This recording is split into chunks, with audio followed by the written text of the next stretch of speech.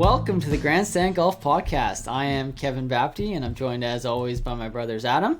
Hey, what's going on, guys? And Craig. Hey guys, how we doing? Welcome, guys. I hope you're not too deep into the rub and eggnogs today because we have a lot to talk about. Adam, well, I'm kind of confused because you threw to me first, and usually you throw to Craig, so I'm already kind of shaking up. I consciously try to switch that up because I don't want either of you to think that there's a pecking order here. You're not ranking brothers here? It's an important part of being an older brother is to make sure you both feel special. Oh my God. All right, Adam. Well, you failed, I think, both of us. Adam, give us a tournament recap. Yeah, it was the last PGA Tour event of the 2020 calendar year. The Mayakoba Golf Classic in Playa del Carmen, Mexico at El Camaleon Golf Club. Coming into Sunday, Emiliano Grillo had a one-shot lead, but like Grillo he went a little bit cold with his putter and he fell off. It came down the stretch to Viktor Hovlands and Aaron Wise late on Sunday, but with a birdie on 18, Viktor Hovlands got it and captured his second PGA Tour win. Guys, I mean, halfway through that Sunday round, we had a jumbo leaderboard. Did you think Hovlands was going to pull it out? Was he the most likely? Craig? Well, I mean, first things first, I'm just so happy you got Mayakoba right there. It's been a bit up and down all week. You really started to bring it together.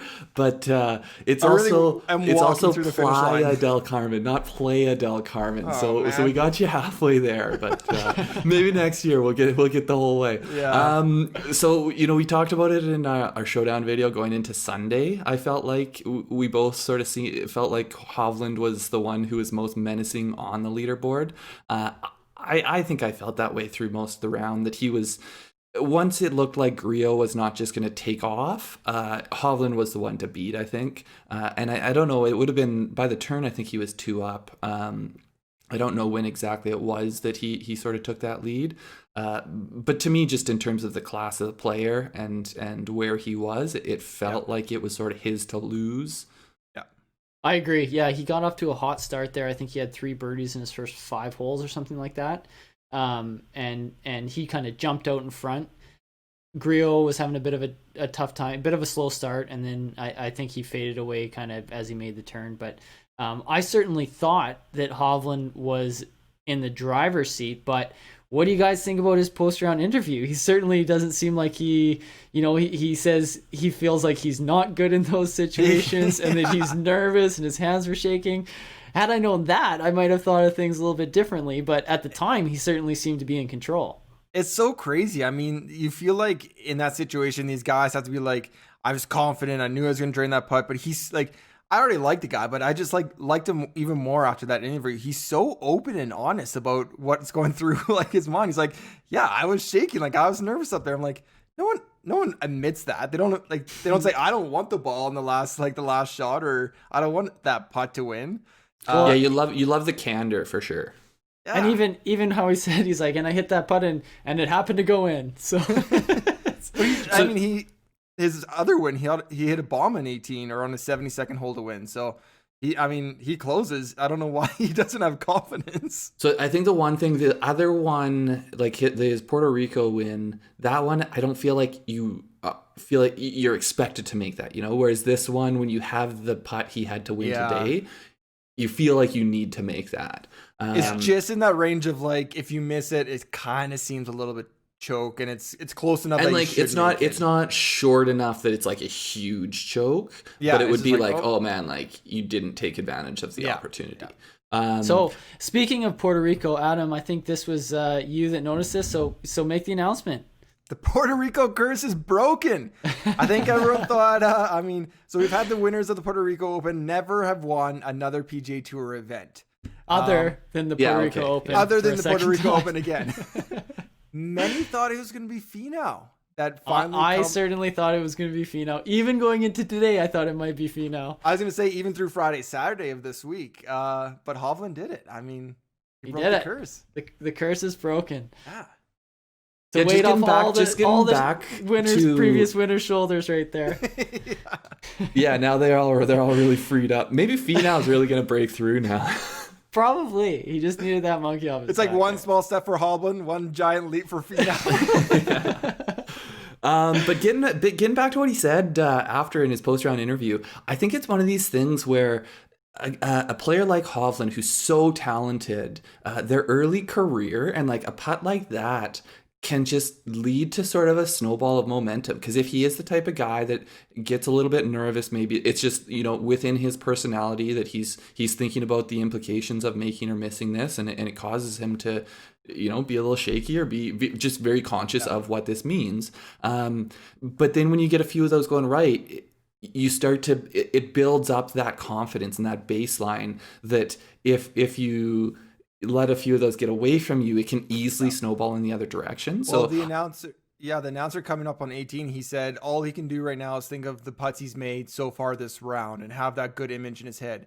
But future tournaments, he'll have those putts of Mexico, of Puerto Rico playing in his head, right? And this kind of constant positive reaffirmation. So right, there's the belief now that I can do this. I've been in this situation. I've had these feelings and I did it. So that just, it's self-perpetuating. I think for somebody like him, like you say, Craig, to get this early on in his career is huge, really.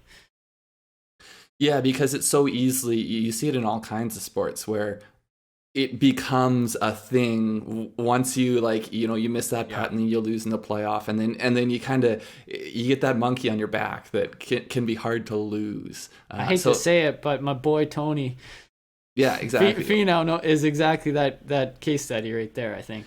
Yeah. I'm just so impressed with Viktor Hovland. I think all of us are big fans of his too.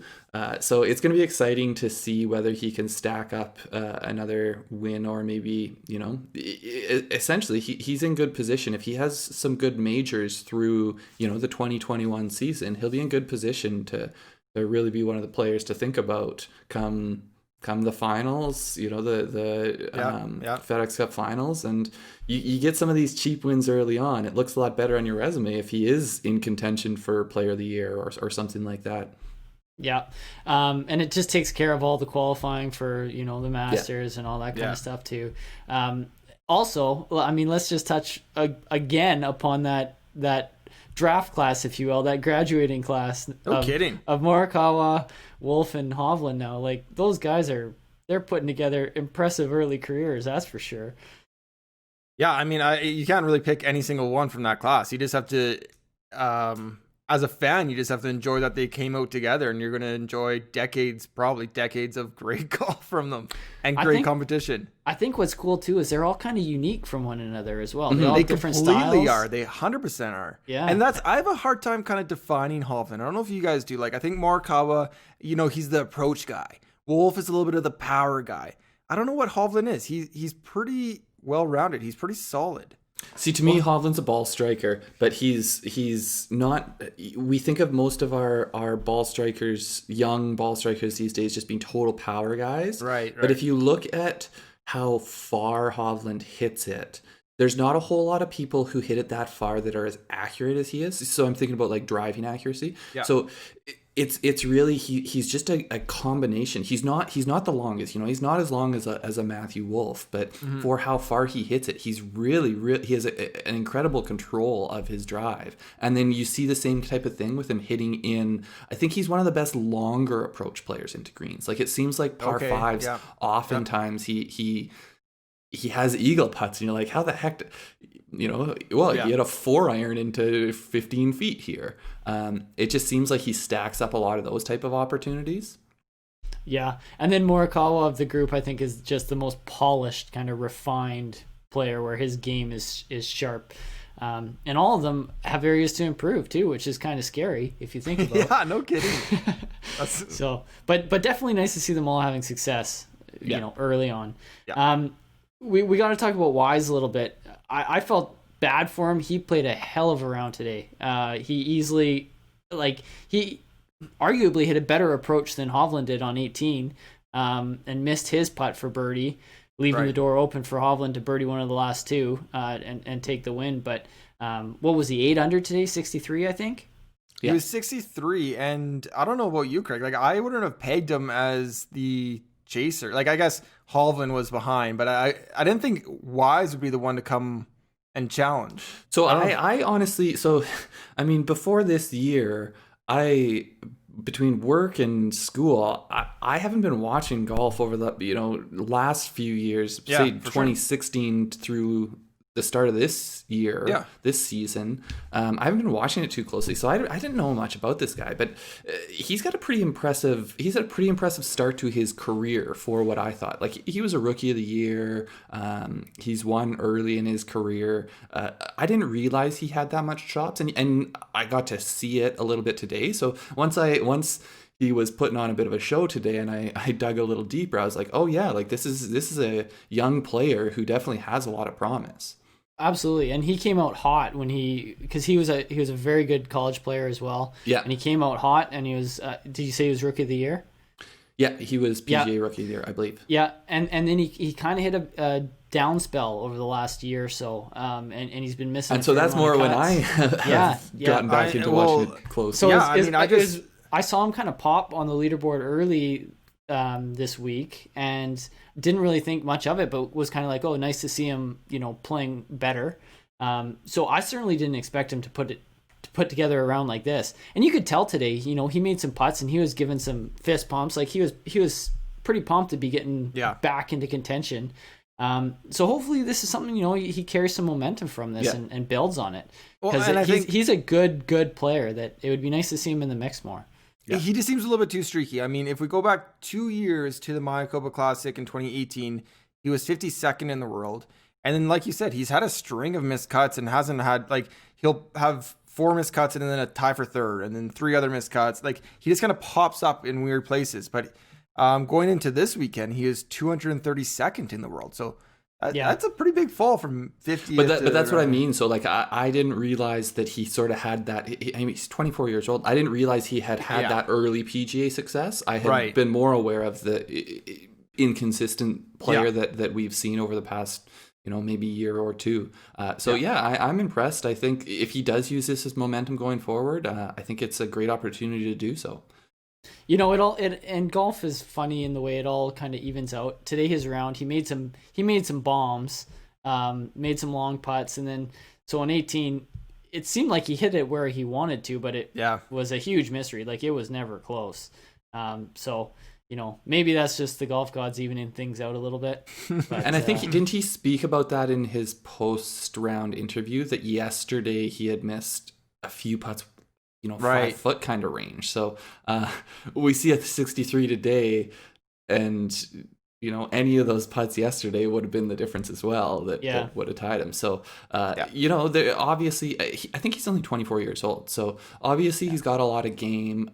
It looks like there's still things he needs to shore up, but a real talent. And you know what, Adam? There's nothing wrong with this streaky player. It's not everybody can't be JTs and DJs. And I know that. Like, the streaky guys, you can carve out a pretty nice career if you get a victory every few years. But it can be better for these guys, both in terms of prize money, and I guess FedEx Cup points really reflect prize money. But to be streaky and really, like, pop into the top 10 every other tournament or every few tournaments is a lot better for them than to be consistently 30, 40, 50th in terms of what that means for their bank account at the end of the year. Guys, now that we're playing this one and done league and we're doing it by the payout, I'm like the Charles Howell of this one and done. I know I need to break into the top 10. I'm only getting 30 or 40 grand each tournament. Well, I think you did a little better than that this time, but it might just be because you plagiarized my pick. But we'll get to that. We'll get to that in a little bit. It was in first. So let's get into the bigger names in a sec here. But the one guy I think we need to get to first is Grillo, Emiliano Grillo. Yeah, so Grillo, I mean, his lead, I forget if he was leading after the first round, but I think he was, and then he was leading by 4 after the second round, 1 after the third round. You kind of just felt, I was kind of like, come on, Emiliano, hang on there. But yeah, the putter caught up with him because he's ranked over 200 in putting on the year, and he was second for the week. So it was kind of too good to be true in a way. But you pull for a guy like that. Yeah, I mean, you also don't want to. I think this label gets put on people too easily. And we saw it with Rom, but like the label of sort of the composure issues and the like, is he good at getting through the times when putts aren't falling and not like it seems like he gets so down and so hard on himself and so fired up that it really like he's got the game to win. He just sometimes you just need to weather that, and if that can be the difference of a few rounds over the course of a few strokes over the course of a week, that can be a huge difference.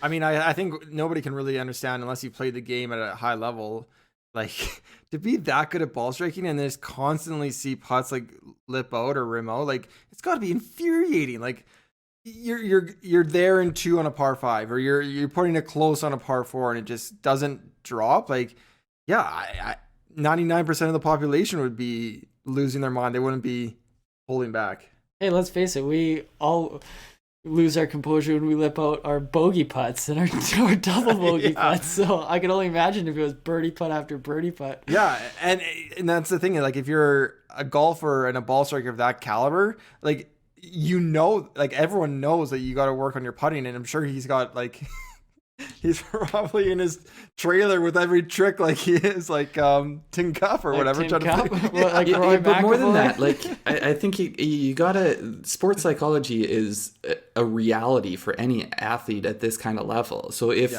it's different than us getting infuriated over missing putts. Like you need to learn how to miss putts and not let it like leave 100%. That behind. And so it seems to me, and this is where I think it's oftentimes you see the media is too quick to sort of talk down on this, talk down to players with regards to this. So I don't really want to do that, but it seems like there might be a bit of a concern there, and it's just something I think to keep an eye on.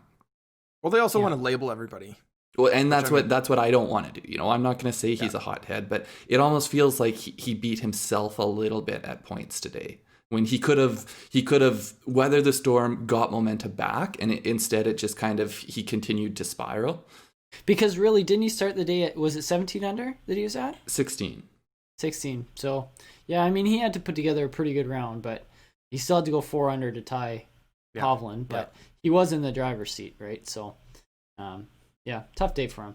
So yeah, let's get into the bigger names a little bit. We had JT put on a big charge on Saturday with a 62. Mm-hmm. Unfortunately, didn't really do anything on Sunday. I kind of expected to see a charge from him, but he sort of stayed right there. Well, he had a double. I think he had a double on 10 that killed his momentum. And then the other. But he was still a ways back at that point. He didn't get it going early. Yeah. The other one that they mentioned on, I didn't watch on Friday, but they mentioned it on Saturday as he was really charging, that he went bogey to finish on Friday, that would have just put him in a totally different position come Sunday, because he really was, it always felt like he was maybe just a little bit too far back to be that much of a threat.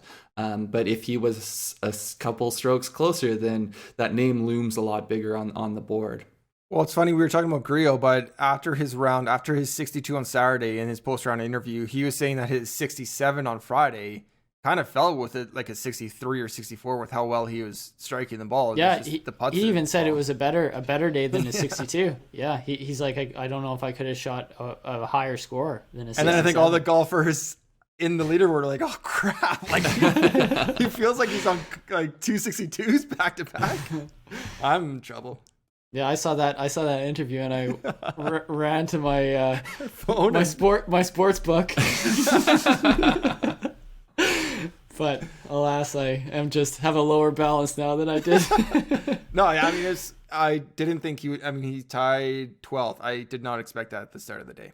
No, I didn't either. And then so Finau was really charging on Saturday. I think Saturday is the day he had a hole-in-one on the front nine. He had a hole-in-one and a couple other birdies, and then I think he went like 3 over on the back or something like that. Like it was, or 3 over on his final stretch of holes. I think he might have had 1 birdie on the back nine as well. But really went from a position of being up near the top of the leaderboard and challenging heading into Sunday to kind of having to have a really good round on Sunday to win. So, he's my boy, but I sure would have liked to have seen him finish off Saturday stronger and put himself in the position to win. This was my whole thing with him being my boy this year, is he needs to get some of these wins.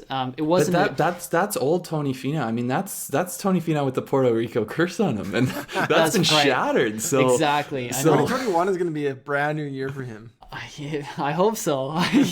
See, these events with not a weak field, but not a top notch field. When you're up at the top and you have a chance, you gotta take advantage. Yeah, but the one thing I think he was doing it a little bit with smoke and mirrors, because he was a little bit wayward with his driver. So he was. It's almost like it was one of those ones where, because of how good he was making himself seem like he was in contention, even though his ball striking was not necessary. I mean, his approach play just seems like it's so oftentimes on, but he just was a little bit sloppy off the tee. Yeah, and anytime somebody has a hole-in-one, it's like, well, that's great for your scorecard. A little bit lucky, too. Like, let's face it. I think Holland had one. I don't think it was a hole-in-one. I think it was an approach shot that almost holed out today that I was like... Yeah. And Holland, there was another one, too. I forget what hole it was, but he's like, oh, I just, balled it. What a bad shot. And it's like 12, 15 feet. You're like, oh, like not that bad. I think as we're kind of researching this more, though, we realize that there's some courses on the circuit that really do fit certain types of players. And this one really is the accuracy. And we've seen kind of shorter guys win. And Finau doesn't fit that. Yeah. But you also, you put Finau in a different group, and you want to put him in with the JTs where it doesn't really matter the course setup at all. They should be able to overcome that. The talent level kind of trumps all of that. But it did, like, he lost a fair amount of balls, and it ultimately didn't work out for him. But and I think maybe in part that's the difference between him finishing in the top 10 and him really contending here. Like, I think if you compare Finau and Hovland, I'd say they're probably, in terms of where they are in terms of the tiers of golfers, I'd say they're probably fairly close. Probably, but Hovland being a little bit more of the accurate ball striker, and Finau having a bit more power. Even though they both have, they both do the other one fairly well. It's just which one are they a little bit lean on a little bit more. Yeah. So anybody else you guys want to touch on before we kind of recap? I mean, just real quick, Long and Hoagie both had really good tournaments. I think Long was another guy, coming into Sunday. He finished Saturday strong to kind of vault up to, I think he was 3 back going into Sunday, and I thought he was a guy we might see make a run at it, and he truthfully, he did. Bad bogey on 17, kind of killed his chances. He would have had to go birdie to tie Hovland, but he took a swing. You gotta respect that. And a good finish for him. I think he finished. And he was one of your picks, Adam, right, in our sleeper video? Long? Yeah. He wasn't one of the picks, but I talked about him on Twitch, and I was way overweight. Hoagie was one of mine, and so I had Hoagie and Hovland paired on a few DFSs. Unfortunately, none of my 6 out of 6s had those two. You didn't go the ages, like the Hovland, Hoagie, Horschel, Homa? Harris. Harris. No, unfortunately, I'll put that one into the strategy next time. Harris, good finish for him. Again, though, he's putting together a lot of good golf. We need to get a win from him as well, I think, just to never really was competing, kind of backdoor there with a 63 on Sunday to get a T5, which great result. Like he's I don't know if he's into the top 20, but I would say definitely he's into the top 30 in the rankings. But we still haven't seen a win from him in years. So that's the one thing that we are still waiting on in this new game that he's showing us. And I think that is very different when you, like, for a guy to have nothing to lose, really. He's just trying to finish higher. To go out and shoot a 63 is different than somebody playing in the last few groups and trying to chase down, Yeah. So it would be nice to see him when he's in that position of being in the final few groups. That's when he puts together a round like that. For sure. We'll see. Let's do a quick picks recap here. Although he was in second. I want to say this was the BMW Championship. He was in second going into the final round. I think that was the Northern Trust, wasn't it? No, I want to say it was BMW. Wasn't the Northern Trust the one where it was a really tough course at Olympia Fields? But though I'm thinking of the one where DJ was about 10 strokes clear of the field. And so, I mean, he really was in second place going into the final round there and played pretty well. But yeah, that's true. I thought for a second, Craig, you're going to say the one where DJ was up there. I'm like, man, that's all of them. That doesn't narrow down at all. Yeah. I could be mixing those two up. But yeah. Anyways. Yeah, so picks recap. We got Adam. Unfortunately, Russell Henley missed the cut as your winner, Craig. Justin Thomas. Adam wants to put in a protest, I think, there. I was just going to breeze past it, Adam, all right? I thought you'd do the gentlemanly thing and just not mention it. Okay, there was a little bit of controversy leading into the pre-tournament picks, as Adam and I both wanted to pick Abraham Ancer, and Adam... gentlemanly for both your winners and your one and dones. Yeah, and Adam, kindly stepped aside and decided to take Henley as his winning pick, and unfortunately it was a bad move, Although to be fair, none of our winners won, and that's all that we're going for with the winners. Justin Thomas and Abraham Ancer both finished T12 for Craig and I, and so it's not a win. Doesn't matter. Yeah. Sleepers, I had Max Homa. He finished T12, which was good. Craig had Doug Gim finish T46. Unfortunately, had to miss the cut. Tough one for your namesake there. Bad week for picks. Yeah. Let's just say that. Our fades were pretty good. Rickie Fowler for Craig there, missed the cut. Brooks for me, missed cut. Corey Connors is top Canadian. I had that one. It's pretty decent week for me now that I look at it here. Not bad. Well, it's easy when you just take all the easy picks. For the one and done, I never was sweating this. I was never sweating this. Craig, I think you're probably already counting your bankroll there when Joaquin on Thursday Neiman, I was already Neiman like, man, so win gets me what, 1 million something here. Abraham Ancer was on the wrong side of the cut line. Yeah. So you're looking good there for a bit, but he flipped the script on you there, Craig. He did some work to make the cut and then charged up the field. Yeah, he played well last 3 rounds, and he finished T12 for 147,000. Neiman dropped a little bit, finished T23 and 65,000. So Adam and I, quick update, Craig's at about 700,000 and change, Adam's at $1 million and change, and I'm at about 1.7 and change. So no real big shifts there. Let's move up into the stock up, stock down. Craig, start us off. Okay, so I'm going stock up on Brendon Todd. So I don't know where you guys are at on Brendon Todd, but to me, we saw really good play from him in the summer. We saw him really contending through 3 rounds in advance and then fade a little bit. And last year, this time, he had back-to-back wins, if I'm not mistaken. I was starting to wonder if it was a little bit of okay, this is kind of like the high, he had really like fallen out of golf. Maybe, I mean, he was still playing, but he really was not playing good golf. I didn't know if this was maybe a bit of a high point and then we were going to see him really fade away here again. But, he finished tied for 8th, went 67, 69, 67, 66. Coming in this week, he had 2 missed cuts, 37th, 47th, 52nd in his last 5 starts. Came in here to a course he won last year, was number 1 in the field in driving accuracy, tied for 16th in greens in regulation. He made at least 5 birdies each round, 23 total, and tied for 4th in the field there. I think that what I am realizing about Brendon Todd is he really is one of these guys who he doesn't have the distance, but when you go to courses like this, where it's about the accuracy and it's about putting and it's about making birdies, I think he's always going to be competitive on those kind of courses.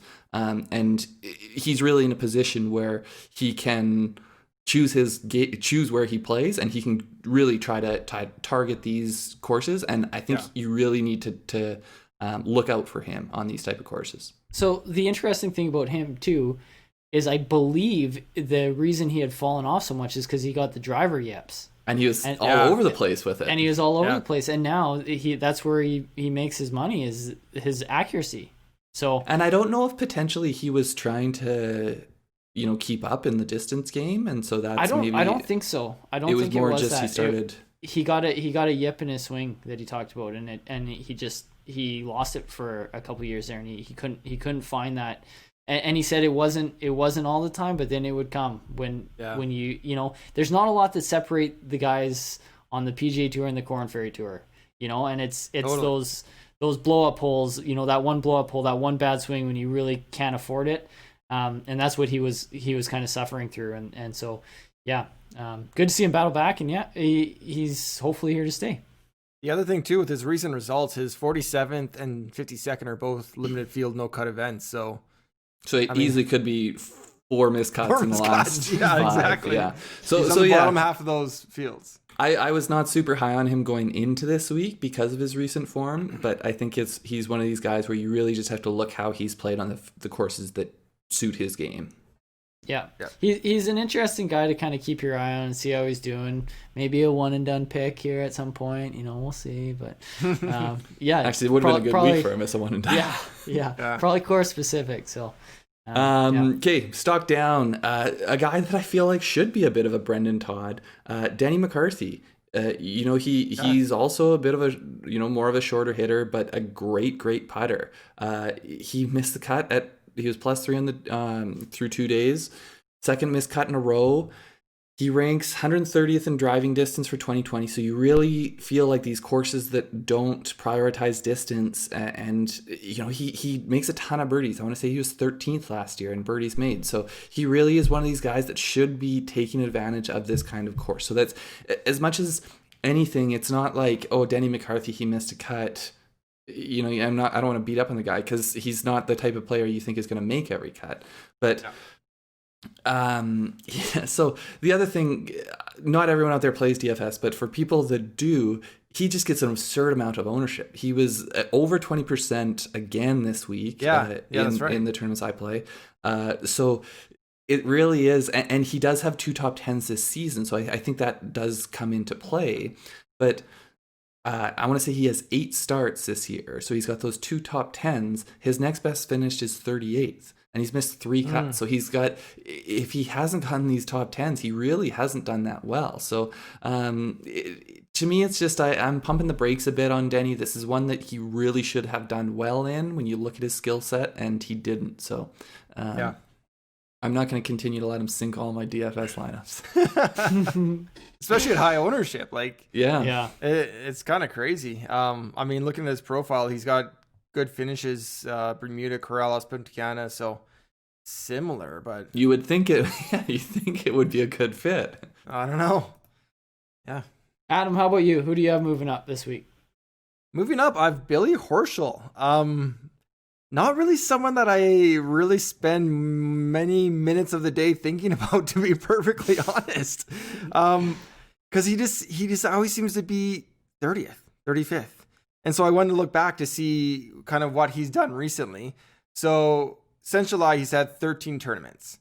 He's only missed 1 cut, and that was Northern Trust. In those 30 tournaments, he's finished between 25th and 43rd 7 times. So he does fall into that pocket so many times. So he just kind of became an afterthought, and I think he did really well. He had a 64 on Sunday. He finished T5. I think I just need to pay a little bit more attention to Horschel. I think he's playing good golf now, but it's kind of under the radar because it's very mid-pack once you make a cut. Yeah, I love me some Billy Horschel. I think he's one of these guys that in the stronger fields, he really has to go lights out to go out there and compete. But in these type of fields where it's not your full A team out there. I think he's one of these guys that if he plays well, he can contend. It was Wyndham, I think we saw it, where he just lost out to Jim Herman. Right. The Herminator. The Herminator. Drinking water like a pro. But those are the type of events that I feel like you really look at Billy Horschel as someone that's I gonna just compete. I don't know if it's because he's been around for so long too that I always just kind of skim past his name. And when you brought him up, I think for Saturday, Craig, this weekend, for Showdown, I was like, maybe I'll give I plugged him into a lineup and it cashed. So I'm like, all right, let's go again, Billy. Let's see what you got on Sunday. Well, he had a great weekend too, 65, 64. Yeah. I also love the putting lineup. How he addresses his putts.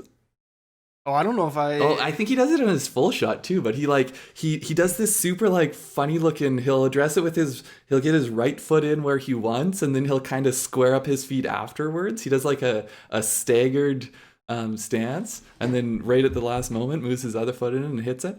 But yeah, look out for it. I saw a couple of spots today. You know I like those quirky things. All right, Adam, who do you have moving down this week? All right, moving down, I got Chez Reavie.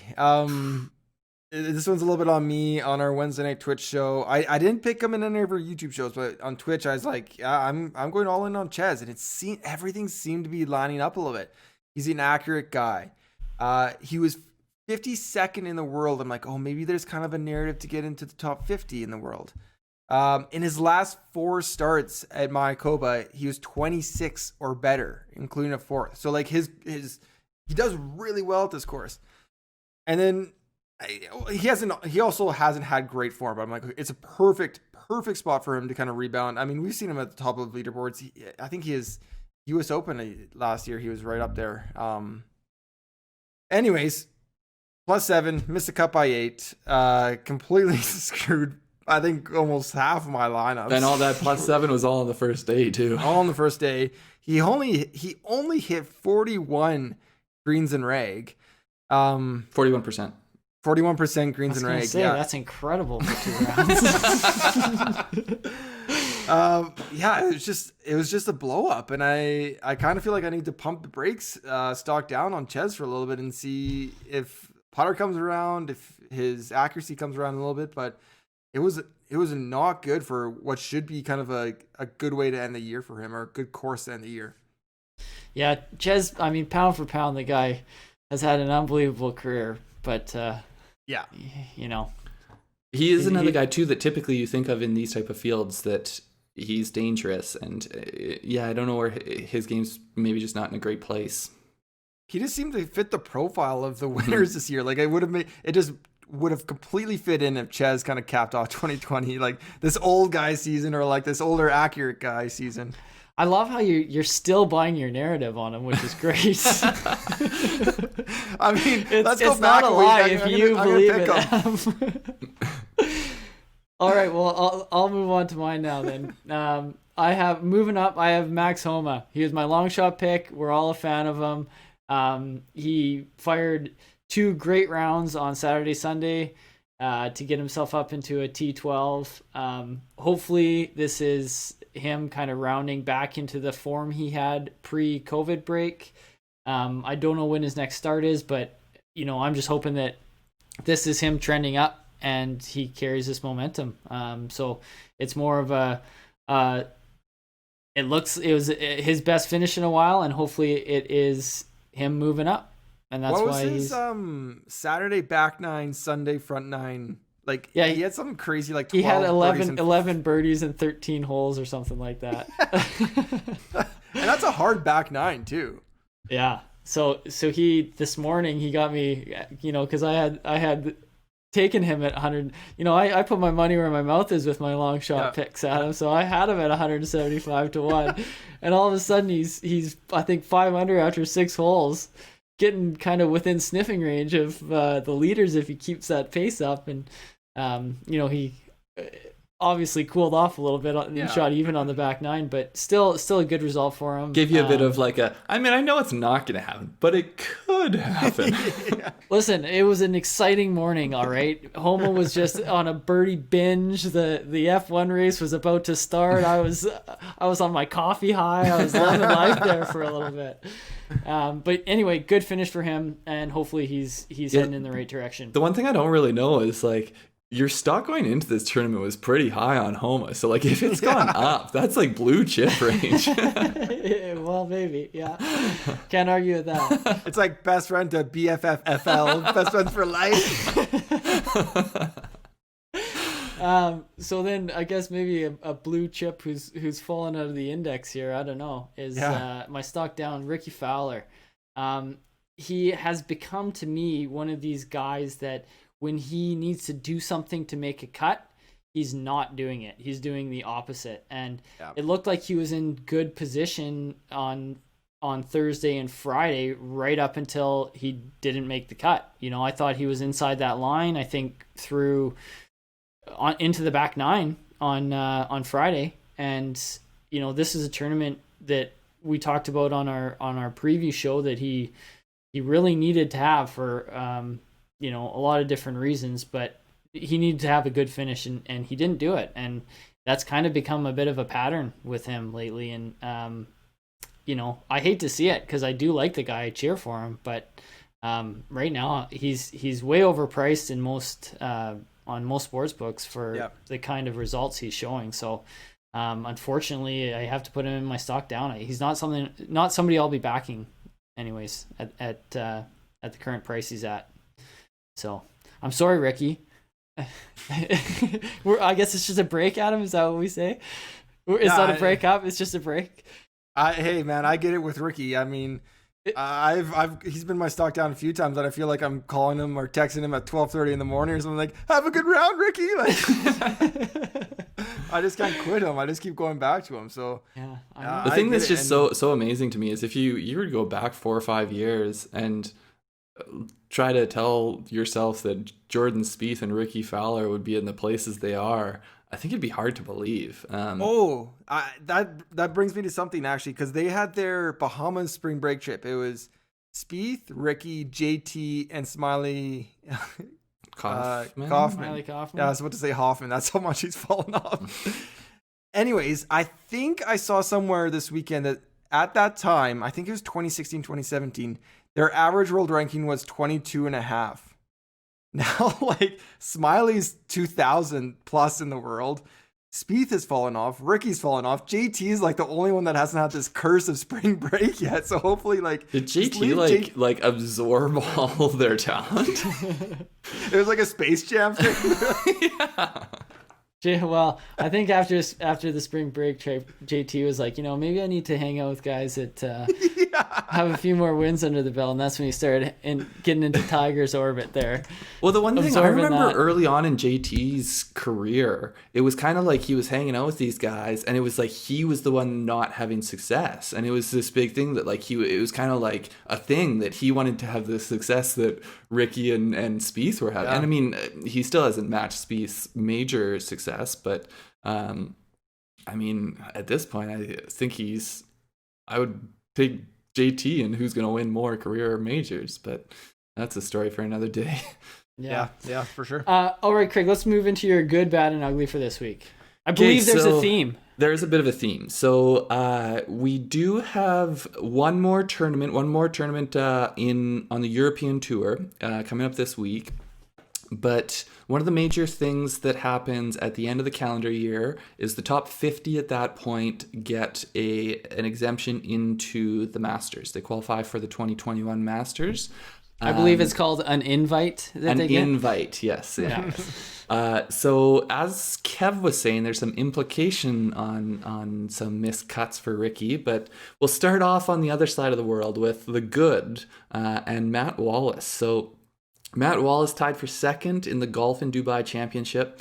He opened 63 and then cruised in 67, 67, 68 the rest of the way. There's a bunch of guys that ended up tied for second there. But it moved him from 51st in the official World Golf Rankings to 49th. And so depending on what happens, he'll be playing next week in the World Tour Championship. I think I was trying to look at the ways that he could possibly move down. I don't think it's likely. So I think most likely he will have secured his invitation with that second place over there. So definitely the good for Matt Wallace this week. What does it get him into? 49th, did you say? It moves him to 49th, yeah. Yeah, okay. So he I think the just closest in the tournament next week might be Robert McIntyre at 59, but even so if he won, I was looking at 50th. right? Yeah, and so I think it would bump him, and I think it would just bump Hughes out of 50th. Yeah. Because it doesn't look like Matt Wallace isn't losing a high, it's not coming off the other end. Right. A high point event. But anyways, the bad, Kevin Streelman, he was 52nd going into this week. He finished tied for 32nd at Mayakoba. He moved up a single spot to sit at a frustrating 51st. So he doesn't move into the Masters position. And I don't believe, I was doing a little looking around, I don't believe he otherwise would qualify at this point. So he completely shot himself in the foot on Saturday, I think, because I had him in the lineup and I was tracking him, and he had a good day today. He did have a good day today. He moved up quite a bit, but he had, I guess on the weekend he went 71-64, so he kind of shot himself in the foot on Saturday. Well, and 71 on Saturday was not good. The field was moving. No, yeah. Being even par was not good. But finally, the ugly. We get to Kevin Stockdown, Rickie Fowler. So Rickie had a quad on Thursday and a double bogey, but he had 8 birdies. So he was in an okay position, actually. But then, as Kevin alluded to, he went on his back 9 on Friday. He went 2 over 37 to miss the cut on the number. He finished at even par. The cut was -1. So he was 49th in the official rankings going in. He is 52nd now. So he is not within the top 50 to get the invitation. But then I was looking at it a bit more. So I don't quite know. It's supposed to be a 2-year rolling basis on events falling off the back end for the rankings. But there's still some of his that are counting that are further back than 2 years. So I don't know exactly all of the different things that there's minimum and maximum tournaments and all this kind of stuff. But he has a 2019 win at the Waste Management, a tied for second at the Honda Classic, and 3 other top 10s in that early 2019 season. So there's the top 50 now, and then the week before the Masters, the top 50 at that point also get an invitation if they do not already have it. So Rickie has huge points that are probably going to fall off the back end of counting between now and late March, early April. So this really is going to be his easier window was to get in this week. So we could very well, based on what happened this week, not see Rickie Fowler in the Masters. So and don't you guys feel like with players, I think it was Koepka who famously said it, but when all you're trying to do is make the cut, that's where you're going to play to. And when you're trying to finish top 10, that's where you're going to play to. And when you decide you're going to try to win, like that's where your game plays to. And it's an easy thing to fall into. And I feel like Rickie right now is getting into that mindset. Like he's just trying to make the cut. And so that's where that's where he's playing to. It sure be nice to see him turn it around, but I don't know. It doesn't look good right now. Yeah, it just kind of cascades, right? Because he didn't make the Tour Championship, so he doesn't get into Century Tournament of Champions. He just you lose out on options to get it back, right? Which Mackenzie Hughes talked about it. Like he now has further options to kind of continue to move up and get better placement. But it's kind of the writing was on the wall, I guess. I think we all you could see this coming from a mile away. It's just kind of shocking that it's here. I mean, 2014, he had that year where he was top 5 in all majors, and he was second 2018 in the Masters. Yeah, it's crazy. Yeah, and that's when he was young, and you kind of just expected that as he got older and his game matured, that he would just be up there even more consistently. But anyways, it's been a little bit less dramatic than Spieth's fall off. It's been it feels like it's almost been a slow bleed, a slow leak as he's been cruising along, as opposed to Spieth. It just felt like he just face planted. Mm-hmm. I feel like he's got to be super hungry between now and April, though. Maybe this is me just never giving up on Rickie, but I don't know. But world rank, essentially he needs a win. I think he needs to qualify for the Masters the old-fashioned way and get a win, because he's I think he's going to have a win, a second, and a bunch of top 10s coming off. So it's not like he can just top 10 get a few top 10s and he's going to get his ranking high enough. So if you win in the year leading up to the Masters, are you in? Yes. Yeah. Okay. Yeah. Okay. I thought I wasn't sure if you had to win like the year prior to like, this year. No, so essentially it's the Masters year. So okay, I see. You could win in the tournament the week before. Okay, I see. They have their own calendar. Yeah. The golf world revolves around them. Adam, let's move on to your 3 stars. Yeah, so a little global 3 stars edition. My 3rd star is Antoine Rozner, who, Craig, I'm going to give props to you because not on the podcast, but on our YouTube show, he was your sleeper for the Golf in Dubai Championship. And well, he probably would have been on this, but he was not enough of a sleeper to qualify. And your sleeper tested positive, so I feel like he's an automatic fill-in. Yeah, I say plug him in. I say plug him. So props to you. But he took home his first European Tour title with the Golf in Dubai Championship. Shot 64 on Sunday to come and get it. He makes up 1 in 14 first-time winners on the Euro Tour this year. So a pretty good crop of young guys in Europe. Yeah, it's been super exciting watching these young guys over in Europe. I think there's a crop of young players over there that it's going to be really exciting to see where they take their game. Yeah. My 2nd star, Christiaan Bezuidenhout. I think I got that Bezuidenhout? right. Bezuidenhout? I don't know if that's right. Yeah, it depends on which announcer I'm hearing it from, but I feel like that's pretty close. You need to find a South African announcer and then see how they say it.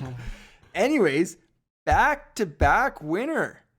He took home the Alfred Dunhill Championship a couple weeks ago, and he just today got the South African Open, winning by 5 strokes. So it was kind of an alternate European Tour event. That's back-to-back wins, coming off a 36 at the Masters. So he's playing really, really good golf. In those 2 weeks, he's moved up from 61st in the world to 35th in the world. So he's in the Masters. He's in the Masters. Yeah. And I mean, I think the Alfred Dunhill is the more impressive just based on the field, because a lot of the other guys went over to play at the golf in Dubai. But I mean, back-to-back wins, you can't argue with that. But a South African winning the South African Open, I mean, that's big deal for them. I mean, we haven't had, I don't know, Canadian win the Canadian Open in ever pre-war. Like, I'm sure. Not since they invited other people to play it. No kidding. I don't know if you guys know his story that well, but I mean, he has a pretty crazy story. He drank rat poison at the age of 2. Yeah. I did read about this. Yeah. It was in like a Coke bottle. Just kind of really, really, really unfortunate event. Rushed to the hospital, stomach pumped, all that. Barely survived.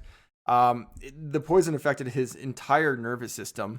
And ever since then, he's suffered from kind of an anxiety and a stutter which he still has. But he's through different ways learned to kind of deal with his anxiety, and he was using beta blockers at one point, and he was very open about using that. And he actually got a PED suspension. I think 2016, 2017, it kind of on the challenge. He's kind of challenged to her year tour and got a suspension using the beta blockers. But I mean, just unbelievable story of kind of hardship and overcoming that as a young kid and as a golfer, and kind of, I think as a South African, he's reaching the pinnacle of his sport in South Africa, winning that Open. Yeah, good for him. I just can't believe that they, maybe he didn't have the proper prescription or paperwork or something, but I can't believe he'd get a suspension. Oh, I was just reading more about it tonight, and like when he went to get his drug test, he said, "I'm taking this." Like it all should have checked out and been fine. But it's just another one of like their policies are just, they're the same as kind of some of these other sports where they're pretty arbitrary, and they've decided this is on the banned substance list. It doesn't matter.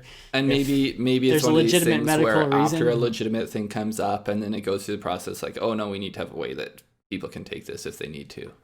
Yeah. But just for stat boy's sake, Pat Fletcher won the Canadian Open in 1954. So post World War II. Okay, yeah. A young man named Arnold Palmer came in the next year, and it looks like since then no other Canadians have won. It's a little bit different for the South African Open. It's pretty much dominated by the South Africans. Ernie won it 5 times. I saw, kind of looking back at the tournament history. Man, they have a ton of good golfers down there. I have a hard time seeing how he couldn't be your first star, Adam, but obviously somebody has earned that honor. I mean, I got to give it to Viktor Hovland. It was a pretty cool performance. We talked about it a lot. I tried to bring up a different stat for my stars. I was looking through Data Golf. They have kind of their live tournament kind of tracking thing, right? I'm sure you guys have seen that. Probability to win, all that. Through 4 holes on Saturday, Data Golf was giving Hovland a 1.5% chance to win the tournament. So 15 birdies, 1 bogey, next 32 holes, he got it done and he won. I wonder what his live odds would have been at that point. Yeah. What you're saying, Adam, is that that combined with the curse of the Puerto Rico Open, he had to overcome more than Christiaan over his life, and that's why you're giving him the top spot there? Or? I'm not saying that. I think so. I had Christiaan as my 3rd star. Actually, I moved him up because I think the back-to-back win. You know, it was only an alternate event. His challengers down there weren't the same as in Dubai or even in Mexico. Does this get him into the next Dubai event though? Like the event? Oh yeah, Chris. Yeah, he's in. He's in the World Tour Championship. But did he not qualify for the Golf in Dubai Championship? I think he was. I think he just chose to play in the South African Open. Oh, okay. Yeah, that makes sense. And I mean, to Craig's point, I've been loving doing the deep dives on this European Tour content, and there are a ton of really good South African young players coming out. I didn't realize the depth. Like you kind of know that they have, because we see the guys pop up on majors and the Louis Oosthuizens, the Ernie, we see that they're best players, but I just was blown away by how much depth of talent they have. Dylan Fratelli made the trip back, and he was in the final group on Sunday. But yeah, they, I mean, when you start looking at a world kind of, where do you put them in the world for golf output? I mean, I think they're top 5 for sure. I don't know. Per capita, they gotta be pretty high there. It's kind of like Australia seems to punch above their weight too. Yeah. Maybe it's just like compared to Canada, I would think they have Canada's doing all right. Well, Canada's doing all right, but we also don't have year-round golf. I would think both Australia and South Africa, you get year-round. Yeah, I would think so. Hey, you can come out here and golf. You can't say that. Oh, that's true. You could play in the sloppy wetness of the beautiful West Coast. Can you still golf right now, Kev? You betcha, man. You can play year-round. You betcha. I tried to sneak out on Friday, but couldn't get a tee time. You do gotta get out. That makes me so mad.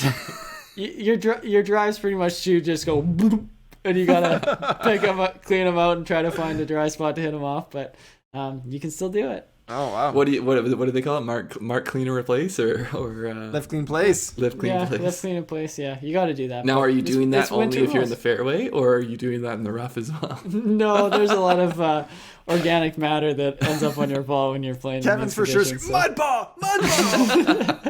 Winter rules. Usually, Craig plays those into like May, so is it still May winter here rules? Is still almost winter.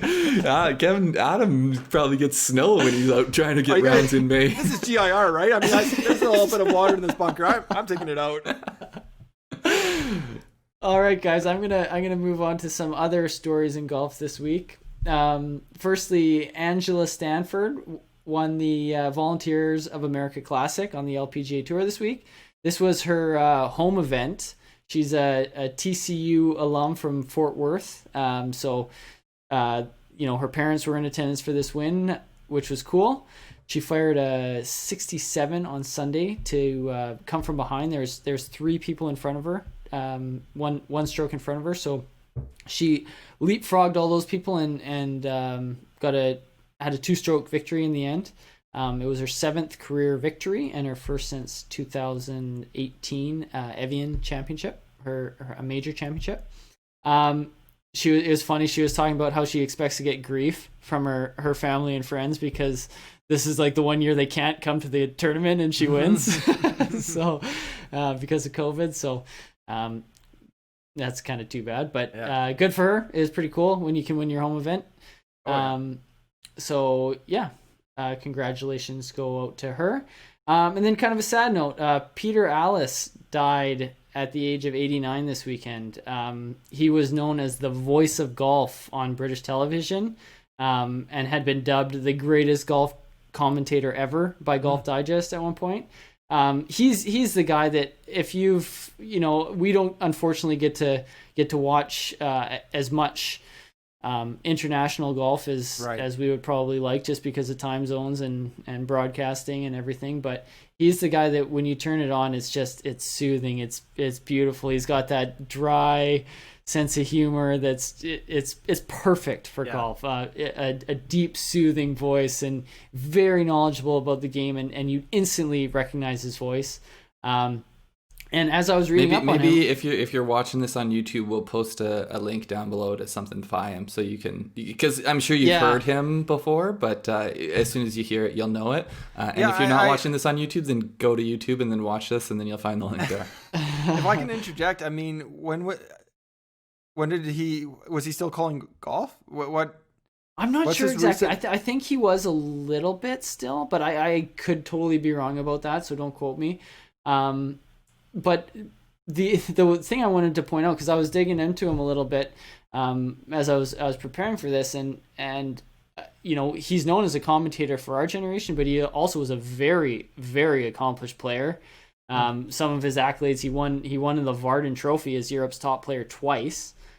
He played on 8 Ryder Cup teams and is a member of the Golf Hall of Fame. So the Ryder Cups too, for both Europeans and Americans, that's one of the ways that you tell, for these people that aren't of your generation of golfers, you're like, oh man, they played in a bunch of Ryder Cups. They are good when they are doing that, because it means, first off, that they were in the top 10 or 12 or whatever, but then if they did that for 8 Ryder Cups, that's 16-ish years. So he was in that group for an extended period of time. Yeah. And so I was reading through, some of the stuff on him and some of the comments from people talking about how much they'll miss his voice on TV, and mentioning things like how he comes from a generation and a time where it's okay to take a gentle jab at somebody in the name of good fun, and And he would do that, but he would do it in a way that was, respectful, and people loved it. And he's definitely going to be missed for sure. So sad note there, but definitely worth mentioning as in that vein too, a big part of golf, and has been for a long time. Most of the jabs we take at each other are not in good fun. They're pure malice is typically the intent behind it. Well, now I have to go back and re-listen to all the podcasts to see what you guys are saying.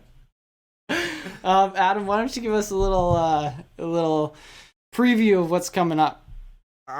What's coming up? European Tour, World Tour Championship, the top 60, I believe, in the race to Dubai. Some big names going over there. I saw Morikawa was in his nice live flat pod from Chicago to Dubai. I'm sure that wasn't too hard of a travel for him. Not on the private jet yet. I guess he's only still a second-year player. I think when you're flying Emirates, it feels like a private jet. I don't know. I know in different years where COVID isn't going on, essentially you just get Phil takes his private jet, and if you're lucky enough, you get an invite on there. And you get an invite on there. So that would be a good one. And then I think I was actually just pulling it up. It's the Women's U.S. Open next week as well. Yeah, I thought we had looked that up, and I think you're right. Yeah. So yeah, really good golf. And then I think after next weekend, that's going to be it for kind of the holiday break. So. And when is PGA back? Not till January now. Century Tournament of Champions, I believe, is the first one. Kapalua. I guess. So sorry, is Tournament of Champions? Is that for the season or is that for the year? There's will 45 in the get field. An invite? There's the champions, and then there's the 17 qualifiers that were in the Tour Championship from this past year.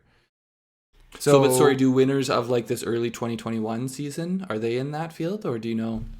It's an unusual. For Brian Gay, yeah, he's in there. Okay, yeah. So Hovland will probably get an invite. Hovland's there.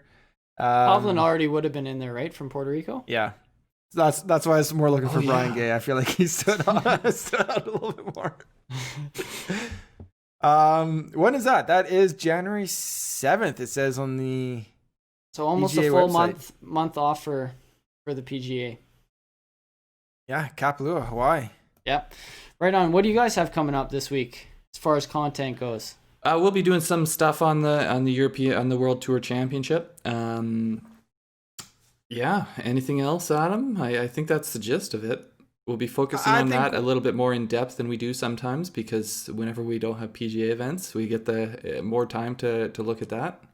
Yeah, just follow us on Twitter. We'll figure it out as the week goes along. We'll carve it out and figure it out. Sounds good. Well, anything else you guys want to touch on before we wrap here?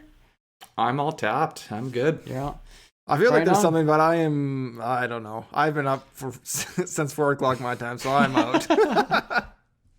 All right. Well, thanks so much for listening. Please subscribe, rate, and review our podcast wherever you get your podcasts. Check out all our content at grandstandgolf.com. Check out our YouTube channel where these guys put out just top-notch pick advice for every tournament, everything you could possibly hope to know. Yeah, these guys you know have it. So check it out. Thanks for listening, and we look forward to talking more golf with you in the future. Take care, everyone. See you guys. You guys have a good one.